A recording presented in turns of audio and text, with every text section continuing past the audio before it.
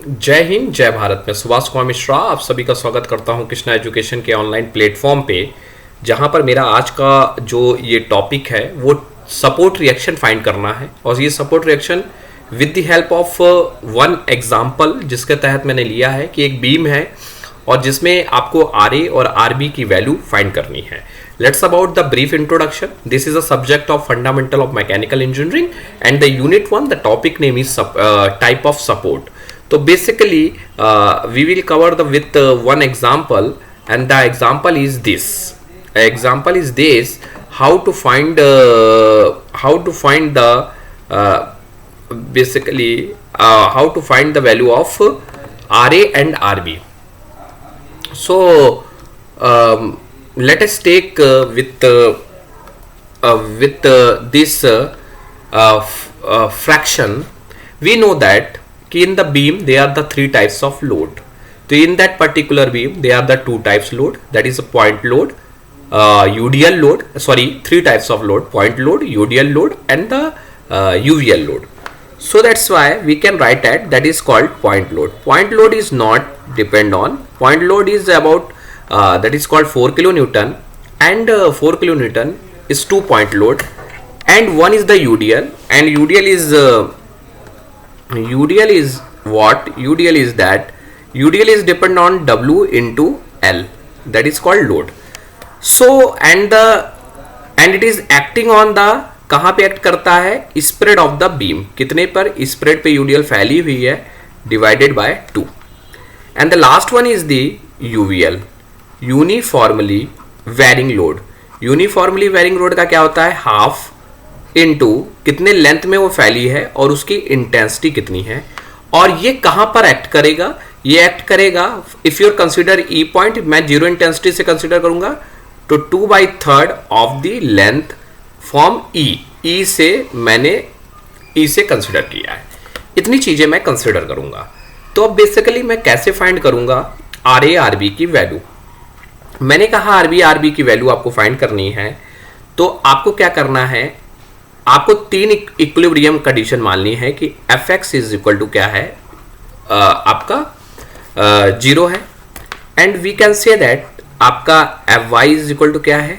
0 है, and third equation is movement is equal to 0। किसी point के अबाउट ये तीन इक्वेशन है तो हम मानते हैं इक्विलिब्रियम कंडीशन है हमारी बीम की। अब जब मेरी इक्विलिब्रियम कंडीशन है बीम की, तो हम इक्विलिब्रियम कंडीशन बीम की मान लेते हैं। तो मैं अभी पहली इक्वेशन मानता हूं कि हॉरिजॉन्टल बीम पे कोई लोड नहीं लग रहा है, तो ये इक्वेशन मेरी सेटिस्फाई है। अब मैं वर्टिकल इक्वेशन को कंसिडर करता हूं, तो मैं वर्टिकल इक्वेशन को कंसिडर करता हूं तो जो ऊपर जा रहे हैं उनको प्लस ले लेता हूं और जो नीचे फोर्स आ रहे हैं उनको माइनस ले लेता हूं। So what's that is called R A ऊपर जा रहा है, -4 किलोन्यूटन नीचे, माइनस फिर इसका यूडीएल है। यूडीएल को पहले पॉइंट लोड में बदल देंगे तो क्या हो जाएगा? कितने की इंटेंसिटी है? 2 की इंटेंसिटी है। कितने में फैला हुआ है? 1 में फैला हुआ है। ये बन गया लोड। इसके बाद -4 का फिर नीचे आ रहा है। इसके बाद है आपका दिस इज द यूवीएल। आपको ये क्या है? ये यूवीएल है।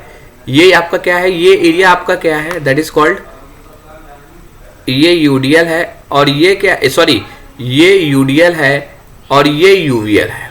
ये आपका यूवीएल है। सो आर ए -4 -2 इंटू 1, ये यूडीएल को कन्वर्ट कर दिया। -4 पॉइंट लोड है। अब मैं इस बात को करता हूं कि यूवीएल का कितना आएगा, तो आपको मालूम है यूवीएल को कन्वर्ट करने के लिए हाफ कितने में फैली हुई है? 3 मीटर में फैली हुई है, और कितना है? 2। इसके बाद कुछ और है, आरबी है, आरबी ऊपर जा रहा है, RB is equal to 0। So what's this equation is RA -4 -2 -8 -10 और ये क्या? दो cancel, -3 plus RB is equal to क्या हो जाएगा? 0। So that's why RA plus RB is equal to what?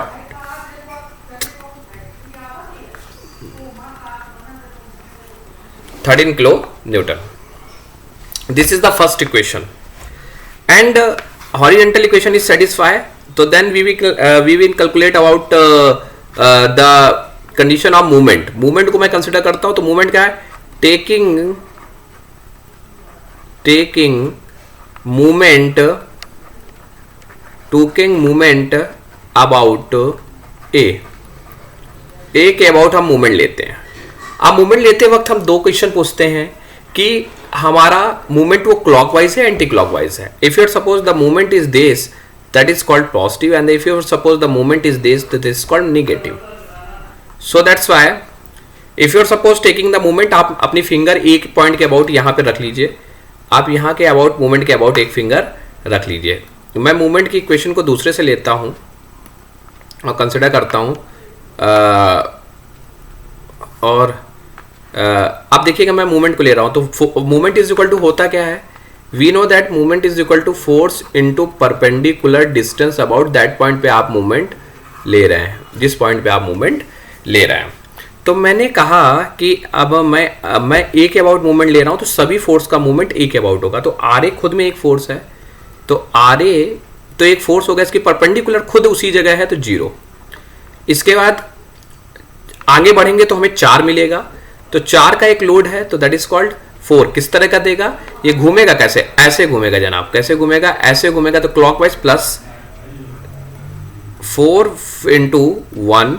इसके बाद ये कैसे घूमेगा, इसके बाद ये देखिए यूडीएल का, यूडीएल को देखो पहले लोड में बदल दो, गिरेगा नीचे मतलब क्लॉकवाइज आएगा तो ये प्लस, यूडीएल को लोड में बदल दोगे तो इंटेंसिटी मल्टीप्लाई बाई 1, लेकिन गिरेगा कितने पे, आधे पे। ये तो आधे पे गिर गया 1 के, लेकिन अभी आना 1 तक है तो +1 अभी और आप करिए, +1। इसके बाद आपका 4 किलो न्यूटन का और बाकी है तो आप लिखिए +4 इंटू 2। इसके बाद आपका यूवीएल का क्या है, पहले लोड में बदलिए तो 1/2 इंटू 3 इंटू 2, ये तो लोड होगा लेकिन गिरेगा क्या, ई पॉइंट से कंसिडर करोगे तो ई पॉइंट से कंसिडर करोगे तो 2/3 ऑफ 3 और उसमें +3 और कर दीजिए तो ये आपका यूवीएल का कंसिडर हो गया।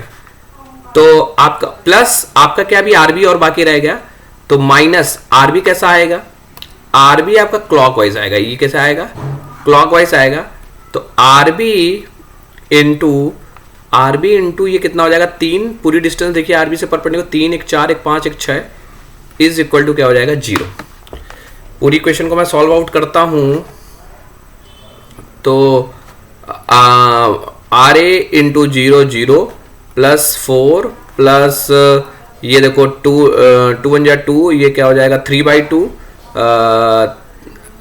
3/2 में 3 +3 प्लस ये 4 2 8 प्लस ये 2 2 कैंसिल 3 और 3 3 कैंसिल, तो कितना हो जाएगा 2 + 3 1 हो जाएगा 5 और 5 टाइम 15 और minus RB is equal to 6 is equal to 0। You can find the value of RB in that particular and put the value of RB in equation 1. You can find the value of RA. So this is the basically logic how to find the reaction of if you consider the UDL and UVL. Thank you.